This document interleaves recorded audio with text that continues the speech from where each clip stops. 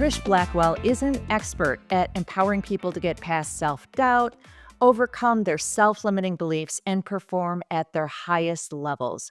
Coaching high achievers to greater confidence and maximum performance is her specialty. So much so that Trish is a confidence coach to Olympic athletes, Ironman champions, CEOs, high achieving entrepreneurs, and cultural influencers. Trish has been featured as one of the top confidence coaches in the world by outlets like TLC, Entrepreneur, and Elite Daily. She's the CEO and founder of the College of Confidence and the host of the top-ranked podcast, The Confidence Podcast. Trish Blackwell, I am so thrilled to be talking to you today. Tracy, I'm happy to be here. We needed each other today, I think. We both needed just to get our vibes together. I love it. Yes. Have a positive conversation, get centered a little bit. 100%. So thank you for having me. Well, thank you for giving so graciously of your time because you are a rock star to me who helps others achieve their own rock star status. And I'll tell you what, women who are getting divorced don't often feel like rock stars. They are going through one of the most difficult times in their lives, and often their confidence has taken a really big blow. So I want you to tell us why a woman who's getting divorced really needs to listen to this conversation today. Absolutely. Well, you hit the nail on the head. Societally speaking, there's a lot of narrative about women going through divorce, and there's a variety of there's shame, there's guilt, there's a million commentaries on your life of people who are not living your life and have no idea of what your relationship was, what was happening behind closed doors. And the reality is that I hope our conversation today gives a woman the opportunity to choose her own narrative. So what I coach on with confidence is it's your narrative. You get to pick the story and to pick an empowering story about this, whether it was your choice to be in divorce or it was forced upon you, to make it for your good, to make it in a place of victory versus victimhood, and to walk in and know that you can find you the money and find you the power. That this is not a mark on your life. It's not something to be ashamed of. It is a page of your story. And that's it, of a story of a larger book that is extraordinary. You're going to live a rock star life. And what you're walking through now is going to be one of the best things to ever happen to you for so many reasons. But each woman has to find that narrative of why. It's so hard to see it when you're in the middle of the divorce. And even though intellectually women can see, there's hundreds of thousands, millions of women who have gone through divorce before me and they were just fine eventually. And so I can intellectually say, I know I'm going to be okay, but it sure doesn't feel like it right now. I feel like a failure at this thing called marriage. All my hopes and dreams for the rest of my life are dashed. Everything I thought my life was is now completely blown up. It's tough. Yeah, it's tough. But then we go, I think that's where the opportunity is to go, well, how can I think with more curiosity, compassion for myself to change the narrative in a loving way? Because I'm not a failure. This was not a union that needed to stay remaining. It is not a failed marriage. It was a completed marriage. Like I think even Ooh. changing, do you know what I mean? Like changing the words. I love words so much because it changes our narrative. That relationship was complete. It doesn't mean the relationship failed because and depending upon length of marriage and kids, no kids, every woman has their own story. But any relationship you're in has some takeaways that are going to be good, and that a completed relationship doesn't negate the good that did happen. I think that's sometimes hard because like, but what about all these things that were good? Do I grieve that and let go? I mean, there is a grieving process, as you know. But I think that to have compassion on how we tell ourselves a story about that relationship, but then also curiosity to go, everything in my life I thought would look this way. How can I get excited about life again? Give yourself permission, even, and I know when it's hard and like it sucks and everything feels like rock bottom, right? Not like overwhelming. How do I even get past the legal level? Just even knowing that you will be excited about what you can create with your future after this, I think is enough to give us that spark of hope and that power, right? Yeah. Here's another interesting thing that I've observed. So, I've been working with women in divorce for 20 some odd years, worked with hundreds of them through this process. And I feel like people somehow feel like they are entitled to tell divorcing women what they should be doing with their lives and how they should feel and how they should act. It seems like more than any other time in your life, that is when people feel like they are going to tell you, they are going to boss you, or they're going to be the wisdom that you need to hear today and tell you how you should be feeling or acting. It's maddening. And I think that and it's intensified in divorce, but if we're honest, that happens in life in all there are always gonna be people wanting to insert themselves into your life. And I think it's up to us, because 'cause we're gonna own our power to go, I can choose to be unbothered, thank you for your input, and move on. And truly, I think there's also so that we don't get jaded or have a chip on our shoulder about it, I think we can walk in a state that's neutral. I choose to be unbothered by all the comments. Thank you for your kindness. Thank you for your advice. I'll take like, we have I think to give people the benefit of the doubt that they're trying to be kind. It's coming off Yes. as, like, they're moronic in their approach, and it's coming off judging and, like, um, really degrading. But I'm going to assume the best so that I don't carry I don't know, because there's so much negativity, there's so much change that goes on when a relationship closes and we're going to a new season of our life. We want to do our utmost to minimize negativity, and even just our defensiveness against these kind-hearted people who are trying to give us life advice. Um, it can add to the internal level of the negativity that we have, and then it's just like everything when we are negative, like, everything just feels harder. Everything feels heavy. So Mhm. I think that there's um to walk in confidence with all the commentaries are coming in is simply to choose to it's not that we're confident and we're like, "Oh, thanks." It's, that we neutralize it, and we don't get offended, and we don't get frustrated. We're like, "Oh, that's cute." Well, I'm And telling just you, allow it to be that. I'm a believer that mindset is everything. Yeah, And me it, too.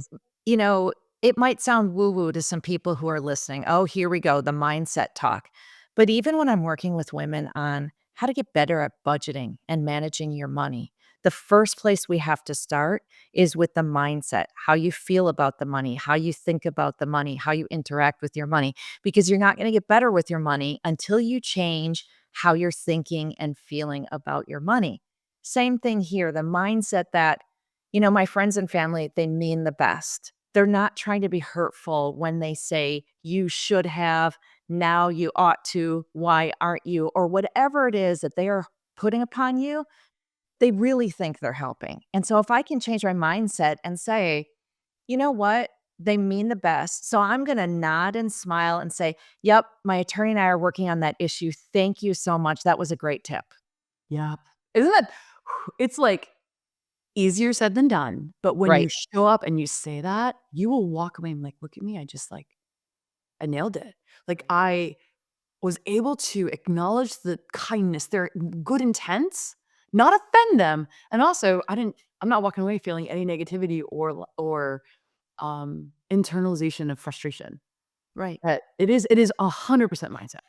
And by the way, there will be those people who are saying hateful things to be hateful, For like sure. maybe Yeah, they're your gonna be the ex negatives. in-laws or something. And for them, we're not nodding and smiling and saying thank you. We are putting up a boundary and saying, I'm not going to interact with them anymore, or I'm going to limit interactions, or whatever it may be. So it's not always a positive situation. You can acknowledge the negative situations and walk away from those as necessary for sure. Absolutely, and that's gonna happen, especially if you had shared friend groups and, divorce, there's a separation of, like, well, who do we like, there's some drama. We are really no different than we were in middle school. Like, middle school drama continues in your 30s, 40s, 50s, 60s, and so acknowledging that and choosing and I think even just saying, "I get to choose who's gonna be in my life in this new season." And rather than focus on who's not in your life, focus on who you're creating in your new life. Yeah, intentionally choosing those people. Okay, I want to get into something a little more on the action side. So, divorce feels like chaos. The last year or two of the personal life has really been a trying time. Divorce has upended someone in our audience. She's doubting herself, her ability to find love again. She doesn't know what her life is going to look like going forward. How can she work on building her confidence? A great question, and I think that the simplest way is to start the habit of journaling if she doesn't already have it, and that sounds like, "Oh, thanks," like, great big like, journaling is not this, um I'm gonna write about my day, redactive narrative of your day. But journaling in a structured way for 5 minutes or less a day to truly start saying, I am designing my own life. I am not a victim. I am being intentional and that I'm not so busy because it's also this whirlwind of a million things. Your normal life is going on. Like normal life, your work, your kids, all the expectations, plus you have all this legal drama, emotional drama. Like there's like you're right. It is a just a storm of stuff. And so there's something kind of badass about just saying, I, I've got I've got time for myself. Right. And in 5 minutes seems pretty insignificant, but even just the act of saying, of course I have 5 minutes to myself. Because I think the reason people don't journal or do some of the self-care habits that we know are good is like, "Oh, I'm so busy." Like, when I'll do that when I have time, and we never are gonna have time. But there's sort of this rebellion to say, "I'm going to sit down for 5 minutes, and I'm not going to rush out the house because I am worthy of having 5 minutes to breathe, 5 minutes to think, 5 minutes to write some gratitudes down." Just writing down 5 gratitudes, I'm sure you coach on this all the time, that will just go like, "All of this bad's happening, but these are 5 reminders of something really good in my life." That right there is already going to attract so much more positivity, so many more things in your life. And so you start going, 1, I have time. 2, I'm worthy. And then start journaling about what you want your future to look like. Because that's where we can start getting excited and that it will help give you space to then write down some of your fears when you have that fear. When we don't acknowledge what a fear is and call it out, and I really coach my clients, write it down in a simple sentence like a first grader would understand. Not, "I'm overwhelmed and I'll never find anybody." You tell my son that, he's 7, he's not gonna understand what that means. Mhm. But if you write in simple language, "I'm afraid I won't be able to date," or that I'm gonna be bad. I'm afraid I'm gonna be bad at dating again. There's no man out there that will ever love me or think I'm beautiful again. Write that out. My son could understand that, not, "I don't wanna date, sounds awful." That doesn't so we write the actual fear, and then we can write back to that fear and remind ourselves, "Well, and 8 billion people in the world." Like, we can learn, "Hey, is this absolutely true that that dating is gonna be impossible?" No, No. like right, like, There's so we someone for everyone. there's someone for everyone, and there's a lot of fish in the sea, and that does not sound encouraging in the moment, but when you are actually acknowledging the fear and then talking back to the fear, we take the voice out of fear. Fear, when it's not acknowledged, grows like black mold, and then it sucks us down in our negativity, and it creates inadequacy and unworthiness, and we're afraid, and we don't know how to acknowledge it. We're just like, just I'll just be single forever." You're like, "That's not true. That's not what you want." So I really think to build confidence is that 5 minutes of time abundant journaling where you go, 5 gratitudes, and then what do I really want in life? And hey, do I have any fear today? What is my thought that's if I want to create this amazing future for myself, is there any thought in my brain right now that doesn't align with the future I want? The happy version of me in the future, would she be thinking that thought? That's how we know what thought to write down. And then we talk back to that thought. Wow, I love this. Divorce is a time when confidence is so critical. I work with women to help them get the best possible financial settlement. Make sure you're getting what you're entitled to legally and morally, right? Mhm, I love that. And that takes advocating for themselves. And to be able to advocate for themselves, they need confidence, even sometimes with their own attorney who's supposed to be on their side. Sometimes it feels like they have to be able to stand up for themselves and exude confidence in that meeting and say, I need a better understanding of why you're telling me this isn't possible in my divorce or why you're recommending this. So, as we're trying to build this confidence, how can she advocate for herself when she is just maybe in those baby steps of Baby confidence? steps and possibly been, beaten down by life and what's been said to you, right?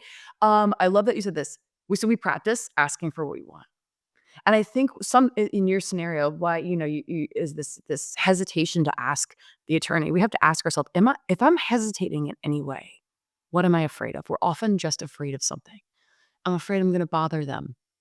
I'm afraid they're gonna think I'm too needy, whatever. So acknowledge it and go, no, and I think there's A power phrase or an affirmation we can start saying is, I'm a woman who advocates for herself. Mhm. Today, I'm advocating for the future that I want tomorrow. And it is my obligation to advocate for myself. I give myself permission to advocate for myself because that feels it's going to be really out of comfort for a lot of women. But the way we get better at advocating for ourselves is by practice. So there's some low hanging fruit we can do this with, right? You can practice calling. If I don't know, let's say you got charged something. You're calling your phone company and saying, "Hey, I just wanted to see if I can get a 10% discount today for this month's bill."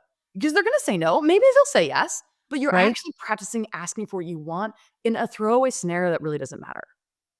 Um, Right. or speaking up, advocating if they're in a workplace, asking for somebody to help, like asking for delegation, practicing asking for what you want in the small, low hanging fruit scenarios will Yes. make it so that when it counts, you're like, no, no, I'm a woman who advocates for myself. Yeah. When Men. it comes to working with the attorney and a woman is afraid to advocate for herself or give her attorney pushback, the place that I have her start is just ask more questions. Boom. When your Oh, yes. attorney says, Yes. you're not entitled to get any alimony in this case, then you say, can you explain to me why? I love that. And your attorney says, well, state law isn't going to allow it. Why not? What is it? What does the state law say about it? And then your attorney says, well, you haven't been in a long-term enough marriage. 4 years, it disqualifies you from alimony. Okay, now you understand why your attorney's saying no. And so it's asking a series of questions. And you don't actually at that point have to stand up for yourself or anything other than to just say, I need more information. And if you get Love an it. answer to a question that isn't satisfactory or you're not understanding, that you feel empowered to say, I'm not fully understanding that. Is there another way you could explain that to me? I love that. And to not be embarrassed to ask questions. Mhm. I think that we could also encourage ourselves to ask more questions by simply reminding ourselves that the people who create lives that they love just ask more questions. The quality of your life is a reflection of the quality of questions you're willing to ask yourself and you're willing to ask others. And you can even just simply term it to questions are good things. I'm going to be a person who asks questions. To identify as a self concept of I'm a question asker and give yourself permission will sometimes take some of the overthinking off of Mm, someone's shoulders as they're advocating for themselves. Because you're right, sometimes advocating is very proactive and asking for what you want and communicating, but very often it's just not being embarrassed to ask questions. yep. And I always talk about taking notes too when you're talking with your attorney and you get answers to your questions because later you might question what you were told, especially if Mm. you were involved in a marriage with someone who has narcissistic traits, who Gonna tries to convince you gaslight you don't you? remember things correctly or whatever. Take a lot of notes. Yes. Yes. Yep. Yep. So if your future is unknown when you're getting divorced, how can you really feel confident about that if you don't know what's coming? It's easy to feel confident when you know in a year I'm graduating with my bachelor's degree. Okay, it's easy to be confident in my schooling will be done. But there's all sorts of other things about your life that you don't know. How can you feel confident? Great question. So one, I think it's easy when if you're walking through a season of divorce, you look at people who are not and go, well, they get to know what's happening here. And that's not true. People lose spouses all the time. There are car accidents. So we have to acknowledge no one really knows what their future is. And Mhm. we tell ourselves, if this wasn't happening to me, I would know what next year is going to bring. But the reality is that we don't. We can plan, but fate laughs at plans, right? So one of the things I teach my people is I teach there's 5 pillars of confidence. You have to know who you are. You have to know what you want. You have to know how to think. You have to know that you matter, like that you matter in this world, like in an existential way. And then you have to know that your future could be better than your past and that you can design your future. So that goes to there's really two pillars here that I wanted to 3 pillars here. One, you have to know who you are. So who are you as a human, as this amazing woman, as this badass, as this rock star? Not and you cannot use the word divorce. Like you cannot use that as an adjective. Like I don't care about the adjectives, but who are you? To know yourself, to know your passions, and then know what you want, which is really just asking yourself, like, what would I want in the future? Like, what do I want my life to be? Do I want to be single and just kind of do my own thing, or do I want to find a partner again? Like, give yourself permission. It's not wrong. It's your wants. It's not what I want. It's no different than I'm a big snowboarder. It's no different than I really love snowboarding. My sister-in-law really loves skiing. just different wants. Like, who cares? Like, I'm not gonna judge. You can want whatever you want. You might go, "I don't want any of that. I wanna be on a beach." That's fine too, right? But truly ask yourself, like, what do you want with your life? But then that fifth pillar is the just have the boldness and the faith and the confidence, because that's really what confidence is. It's faith that your future is gonna be great. It doesn't look it now. You don't have to know how it's gonna look, but you can just decide my life's gonna be great. Like, I'm going to have an amazing life. That simple statement can actually free a lot of that overwhelm. Like, I don't know what the future holds, but I know it's gonna be great. You definitely have to be willing to do self work. And I know that that sounds overwhelming because you're dealing with so much the divorce process, maybe re entering the workforce, making sure your kids are taken care of and who's still picking them up from school Yeah, and all the things. And to think about doing something else on top of that probably sounds difficult right now, but it's so, so necessary. And it's probably the most important thing you can possibly do. totally. And it can be done. And that's why I really encourage people to look at it as, hey, 5 or 10 minutes at a time.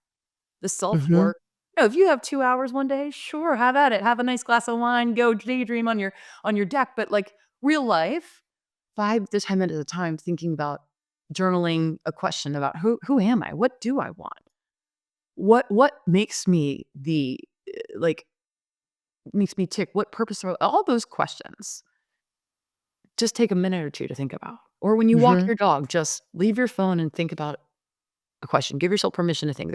We have a lot of time in our life if we turn down some of the distractions, right? One more thing I want to throw at you and Yeah. see what your feedback is. I see so many women in divorce support groups online saying things like, he took the best years of my life from me, Ooh, yeah. and I'll never get those years back. And now my best years are gone, and it hurts my heart Yeah, to me hear too. those things because, oh my goodness, you have no idea how the best years of your life are right in front of you. Totally. And that becomes a belief system, right? And some of this is because culturally we say your best years are your 20s, your best years are your whatever, fill in The the blank. childbearing years, Yeah, right? but says who? That's only something that we said because we've repeated it, and a belief is simply a thought you've repeated enough that you believe it to be true. And so my counter offer is, what if we just decide our best decades are the ones to come? Like, I am 41 at the time of this recording. I am going to be the coolest 77-year-old. Like, I cannot wait for my life in my 70s. Why? Because I can look at my life and every decade has gotten more extraordinary. And that's not because yes, it's because some of the people in it, but actually because I'm able to love life more. It's my experience of life, my interaction with life. And so I think we get to decide those were important years, those were beautiful years, but he didn't take anything from me. Because now we're Right. victims again. We stay in place of being victorious and powerful. My best years are to come. He's the one missing out. And now he's told me what I don't want. And so I sure as heck am gonna make sure that I get exactly what I want in this picture. That's just the thing. So many people have second marriages that are the most beautiful thing ever because they are coming into them with an experience that taught them so much, for better or worse. It's like, okay, I know what I'm willing to accept now. Yeah. I know the traits that I thought were important 20 years ago, those aren't quite so important anymore. There are other things that I want. And just these beautiful second marriages that I see coming after divorce. Mhm. Man, I wish more women could hold on to that potential for themselves. And then that's true. Because so my husband's, his parents divorced and they both remarried, and their second marriages are now 30 years going. Mhm. They're beautiful marriages, and coincidentally, they all live in the same town, and they are all now friends. It is the sort of epitome of can a blended family really be functional and working like that? It's beautiful. It's beautiful, Yeah. right? So they both have second marriages that are extraordinary, and we can all do holidays together. That can happen, and it's a And beautiful also, staying single after your marriage ends, too. it's beautiful too. There is such pressure that women put on themselves, and I think a lot of it comes from societal messages, and Mhm. they think, I've gotta find a new husband, and I'm never gonna find one, and I'll never find love, and then all the things, and it's like, "Whoa, can we just lay off of ourselves a little bit and just say, 'You know what? I'm gonna build a beautiful life such that if I don't ever find another long-term partner, I'm gonna be okay with that because I'm gonna have a full, rich life regardless. Yeah. I tell women that I coach and they're single, whether in their who are single, whether they've never been married or they're coming out of divorce as well, like, just build a life that's so amazing that I mean, it's nice if somebody's in it, but you don't really care if somebody's in it because your life is so amazing. Like, and when you're living your life in that way, just living an amazing, extraordinary life, the right people being potential partners, but also friends start getting attracted to you and drawn in. And then you find yourself going, I didn't know it could be this good. And it can Right. be. Yeah. Right? Trish, I want to hear about your free tool, the 333 method that I think everyone who's listening needs to get. Well, this goes down to, like I mentioned, journaling in the morning. The 333 method is a nighttime habit that is also, I think, will be that double downing on really helping somebody have the space to self reflect. Because again, we're busy. And here's what the 333 method is. It's 3 minutes. It's a 3-minute tool. So if someone's like, I don't have time to do all this stuff, you have 3. Do not lie to me. I know you have. We Stop all have. scrolling on your phone. Thank you. It's the shopping, it's the scrolling. We all have 3 minutes. And so what you do is at the end of the workday, you and I have the 3-3 method is a worksheet. I also have an electronic version of it. And you can get the worksheet and a full training. It's like a 10-minute video because you're busy. At trishblackwell.com/333 method. That's an instant free download. And it is end of the workday or end of night, right before you go to bed, your choice. You write 3 gratitudes. You write your 3 wins of the day and you project your 3 wins for tomorrow. It is that simple. 333. And then what this does is it, one, again, keeps us in a positive headspace, a powerful positive headspace with the gratitude. It gives us that self-validating voice because as we said, as we already highlighted, we're walking through a season where we're feeling beat down, where we don't have our previous best friend cheering us on, instead being potentially contentious towards us. We have to learn how to be our own cheerleaders, to self-advocate, to self-validate. So to look back at your day and go, gosh, there's a lot that didn't get done, but look at these 3 wins I had. You can make them personal wins or professional wins. And then 3 wins for tomorrow, which is kind of, it's edgy because you're like, I already know I'm going to succeed tomorrow. So you pick your top 3 priorities of like, and how do you know what they are? You go, if tomorrow was absolutely amazing and successful, what are the top most important 3 things to be done? And it could be a work project finally gets emailed. It could be, wrapping 17 Christmas presents, whatever it is to make you feel like, wow, I'm in control of my life. My life is not only, it's overwhelmed, but like, look at the sense of control I have. And I'm moving the needle forward on the areas of life that are within my control. And that feels good. My students who use this tell me it's the number 1 tool that they use that makes them just go, wait, I have momentum.